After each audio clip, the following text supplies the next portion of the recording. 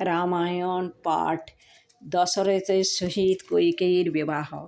গিরিরাজ নগরেতে সুখে রাজ্য করে রাজা অনেক বৎসর। কৈকেয়ী নামেতে কন্যা পরমা সুন্দরী, তার রূপে আলো করে সেই রাজপুরে স্বয়ংবর হবে কন্যা।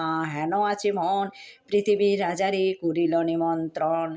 দূত যায় দশরথে আনিতে সত্তর, শীঘ্রগতি গেল দূত অযোধ্যা নগর। ব্রাহ্মণে দেখিয়া রাজা প্রণাম করিল, আশিস করিয়া দ্বিজ কহিতে লাগিল, গিরিরাজ নগরেতে আমার বসতি, রাজকন্যা স্বয়ংবরা হবে নরপতি। রাজাগণ আসিয়াছে তথায় প্রচুর, শীঘ্র চলো রাজা তুমি গিরিরাজপুর। স্বয়ংবরা স্থানে সেজে করিল সুশোভন, সংবাদ পাইয়া রাজা চলিল তখন। রথ যোগে দশরথ গেল সভাস্থলে, সভা করে রাজাগণ বসেছে সেইখানে। স্বয়ংবরে স্থানে এলো কৈকেয়ী সুন্দরী, তার রূপে আলো করে গিরিরাজপুরী।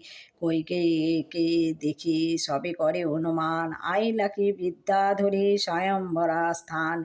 কিংবা রম্ভা উর্বশী আইলেন তিলোতমা, ত্রিভুবনে নিরুপমা দিবকী উপমা। পরমা সুন্দরী রাজ চক্রবর্তী, দশরথ তুল্য নাহি ভূমিতে ভূপতি। দশরথ থাকিতে বরিবে কোন জনে, সেই যুক্তি অধমুখে করে রাজগণে। প্রত্যেকে দেখিল কন্যা সব রাজাগণে, সবারই ভুলিল দশরথ দর্শনে। ধন পাইয়া তুষ্ট যেন দরিদ্রের মতি, গলে মাল্য দিয়া বলে তুমি মম পতি। দশরথ ভূপতির গলে মাল্য তোলে, লজ্জায় ভূপতিগণ মাথা নাহি তোলে। রাজগণ বলে কন্যা বড়ই বিচক্ষণা, দশরথ থাকিতে ভরিবে কুঞ্জনা।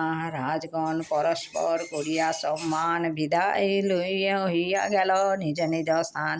কন্যাদান করে রাজা পরম যৌতুকে, মন্থরা নামেতে চেরি দিলেন যৌতুকে। পিঠ ভারে খুঁজে পৃষ্ঠ ভারে